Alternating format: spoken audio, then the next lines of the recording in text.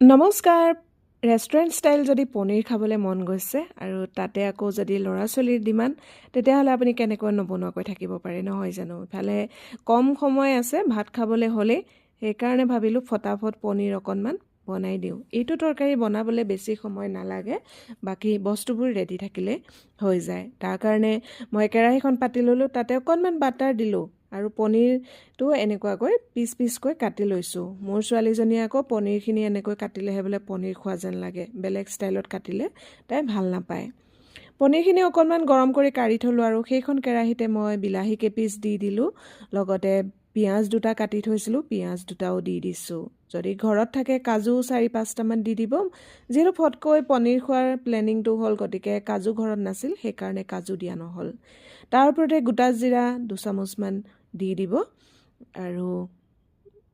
গোটা জলকীয়া দুটা দি দিছোঁ কেঁচা জলকীয়া ব্যৱহাৰ কৰা নাই শুকান জলকীয়া দিছোঁ কেঁচা জলকীয়া আপোনালোকে ব্যৱহাৰ কৰিব পাৰিব যিহেতু মোৰ ছোৱালীজনীয়ে খাব সেইকাৰণে মই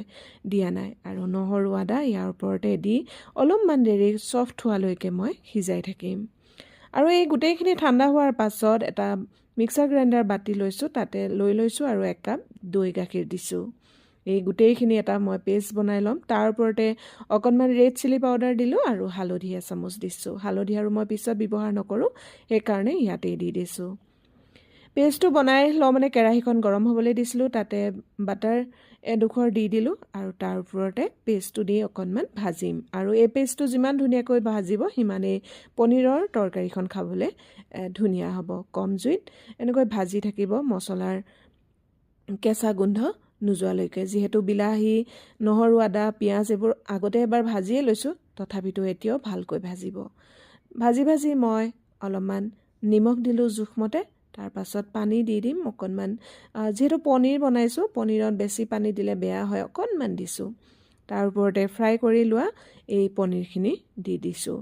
আপোনালোকে ফ্ৰাই নকৰাকৈও দিব পাৰে আৰু ফ্ৰাই কৰা বুলিবলৈ ক'বলৈহে অকণমান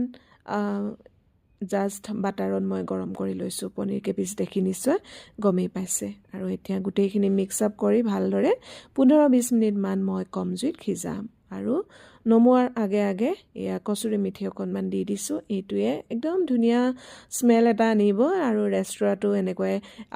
চেণ্ট এটা আহে নহয় জানো আৰু সেই গোন্ধটো পালে খাওঁ লাগে এয়া ঢাকোন মাৰি 5-10 মিনিটমান ৰাখিলোঁ তাৰ পাছত হৈয়ে গ'ল